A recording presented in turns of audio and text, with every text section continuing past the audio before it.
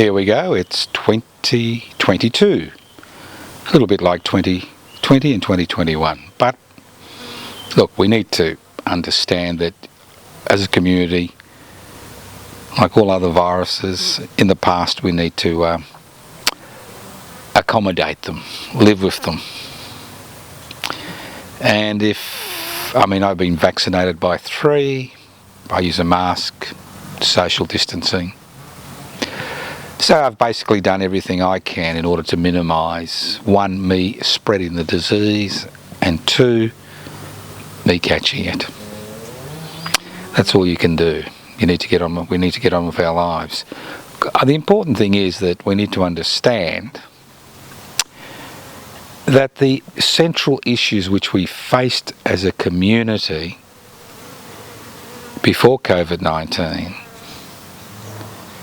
have been exacerbated by COVID-19. And I'm talking about inequalities in power and wealth. Now, a lot of people have been running around talking about mandates and vaccinations as if this is the be-all and end-all of social, political and cultural struggle. The be-all and end-all of political, social and cultural struggle is inequalities in power and wealth. And what these videos are about is addressing this question. Not addressing this question in terms of what was written in a book 100 years ago, what was written yesterday, or somebody's personal opinion about a particular situation or a particular person, but looking at the reality which we face. And the reality is very simple. Inequalities in power and wealth have dogged the Western world, have dogged parliamentary democracy, and all you have to do is look at the facts, the figures, which demonstrate that COVID-19 really hasn't stopped those who have accumulated wealth and exercised power from accumulating more wealth and exercising more power. I'm not talking about just governments. I'm talking about that 1% that own the means of production, distribution, exchange and communication. So why is this such a fundamental issue in the West? It's become a fundamental issue as a direct result of neoliberalism. And neoliberalism is a political ideology. It's not an economic ideology, it's a political ideology which, through corporatisation and globalization and deregulation and privatisation, has allowed public wealth to be moved into the hands of the private sector. In Australia today, which is the situation I'm familiar with, we have the ridiculous situation where there is no real competition. We're told that capitalism, private investment for private profit creates competition. But the reality is that we need an Australian Consumer Competition Commission in order to ensure there is a little bit of competition, because the natural endpoint of an economic system based on private investment for private profit is a lack of competition. It's no accident when you go into a shopping mall or a shopping centre, it doesn't matter if it's regional Australia, rural Australia, or metropolitan centre. It's no accident that most of the brands you see are the same. Because not having competition in an economy ensures that small section that owns the means of production, distribution, exchange and communication continues to accumulate wealth. That's what it means. So what are we faced with today? We're faced with a situation where we have an economy which is dominated by a private investment for private profit mantra. And this mantra has created a situation where there is no competition It has allowed the growth of corporations. So it's no exaggeration to say that if you look at hardware, a corporation like Wesfarmers, which owns Bunnings, dominates the hardware field. 90%, maybe 95% of hardware stores are now owned by one particular corporation. If you look at food, it's no accident that 3 or 4 corporations dominate food distribution and food sales, and the list goes on and on. We even see it in the restaurant sector. We see it with the evolution of new platforms which use the new technology to reintroduce 19th century concepts of capitalism into a 21st century society. I mean, the mantra of the Morrison-led Liberal National Party has been remove government from the way of business. Remove government from the way of business and everything will be all right. Now, obviously, this negates over 150 years of history which is based on occupations, strikes, revolts, revolutions, which forced the state to take a more active interest in the lives of the citizens they govern. And we've seen all these gains rolled back through privatisation, and privatisation is a fancy word for giving away publicly owned assets which were paid by the taxpayer to the corporate sector for a minuscule price. For example, the Commonwealth Serum Laboratory. Shares were sold at about $2.56 by Keating in the mid-90s. They're now over $100. I think they're over $150 per share. And the list goes on and on. It's the same with deregulation. People talk about red tape, green tape. Well, obviously a lot of red tape and green tape, not all of it, is there to protect the environment, to protect the individual from exploitation. People talk about globalization. We've seen the export of jobs overseas to areas where you can pay people $2 an hour, not $26 an hour. And globalization. That's globalization. And corporatisation, where a few corporations dominate economic activity. They're so strong they actually dictate government policy. Because when there's a federal election coming up in a few months, and all the policies will be about appeasing the corporate sector. Any political party, especially a major political party, which brings forward a radical agenda or even a mildly reformist agenda, as we saw during the last federal election, is slammed, isolated, marginalised, as the corporate sector mobilises its resources to ensure it continues to call the shots as far as parliamentary legislation is concerned. Now, I'm not talking about revolution, I'm not talking about blood in the streets, I'm talking about changing the mix. And I'm talking about introducing 2 new tiers into the current economy. One is one we're familiar with, and that's public resources. Not only having public education and removing support for private education, not only having public health and removing support for private health, not only having public infrastructure and removing support for infrastructure which is owned by the private sector. But I'm talking about replacing essential services in the hands of the community, like gas, electricity, the broad scheme, and the list goes on and on. Put it back in the hands of the public sector. Why should the private sector be given a monopoly on providing essential services? Put the ports back into the public sector. Put the mining sector back into the public sector. That's what the Norwegians did. They got a future fund with over $1 trillion for 4.5 million people. What have we got? A few, half a dozen billionaires. Some of them pretending to have some type of political opinions, like Mr. Palmer. Pretending. Creating a political party to protect his empire and his... So let's talk about things like reintroducing nationalisation. But nationalisation without compensation. They've made enough money already. They don't need to make more money. And those companies that have shareholders, especially shareholders who are superannuants, compensate them, but don't compensate the owners. Don't compensate the major shareholders. Compensate people who've got, a few $1,000s, maybe less than $10,000 in superannuation in particular companies. So nationalisation without compensation. Also, we should be thinking about things like reintroducing a Commonwealth Bank. When the Commonwealth Bank was privatised in the 1980s, the little competition that existed in the banking and financial sector disappeared. Today we have four or five large banking financial organisations which basically don't compete. Well, they pretend to compete through advertising, but they don't actually compete.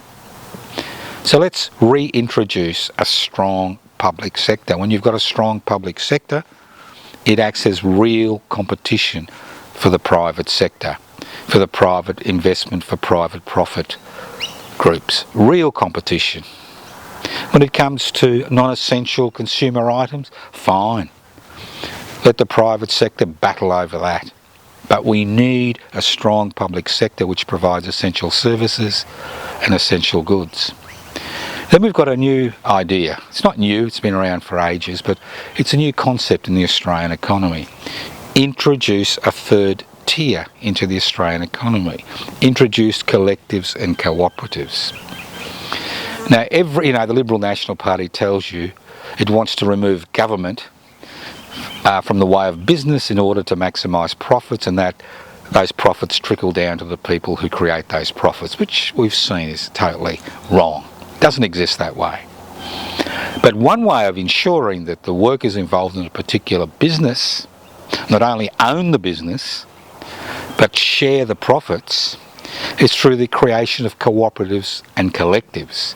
There was a strong tradition regarding mutual aid in this country in the 1880s and 1890s before Federation, where people banded together to provide services for each other because the government wasn't providing any support.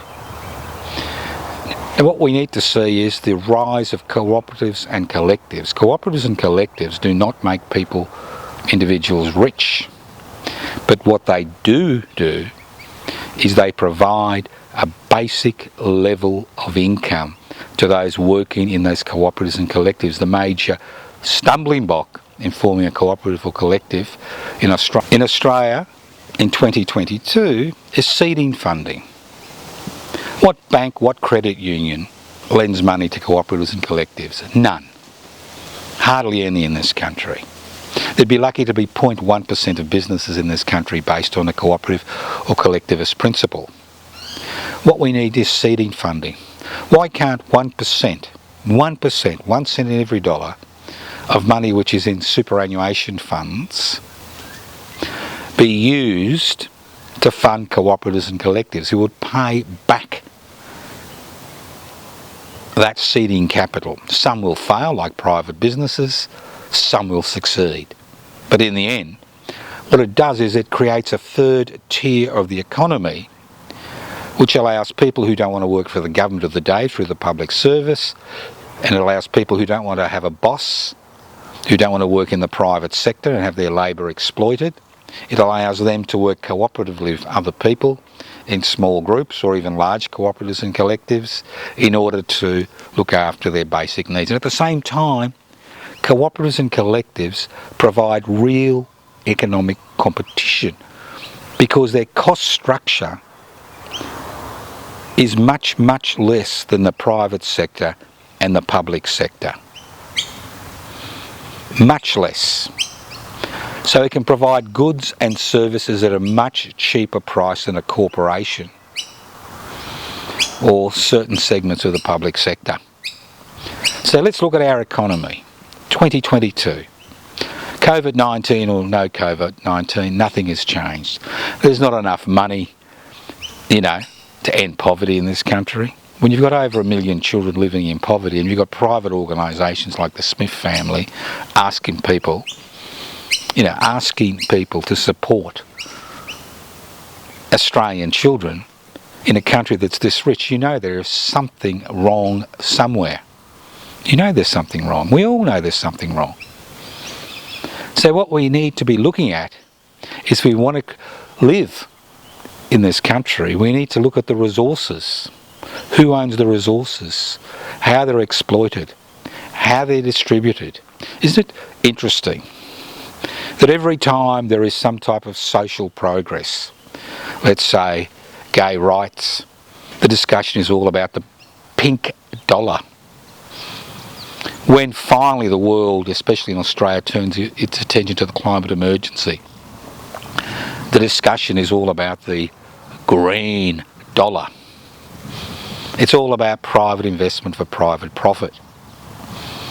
If we introduce a strong public sector and a strong cooperative and collectivist economy in this country, we have 3 different economic models that people can adopt. And I guarantee you that in time, what we will see is more and more people leaving the private sector, moving to the cooperative and collectivist sector, because it provides stable, secure, rewarding, profitable employment, where the people involved in that particular cooperative and collective own that cooperative and collective. It's not owned by the government of the day, it's not owned by the private sector, it's not owned by a corporation which can fire at will. So we need to look at different ways of introducing competition in Australia. That's what public interest before corporate interest was about. It wasn't just about talking about reintroducing the public sector and expanding the public sector and putting essential infrastructure back in the hands of the public. It's also about introducing competition. It's about decreasing the power of that small section of society that owns the means of production, distribution, exchange and communication, because ultimately they need your labour, computerisation or no computerisation, in order to make a profit. All these new platforms, all these digital platforms are basically based on the model of exploiting other people's labour to maximise the profits of those people who own these new digital platforms.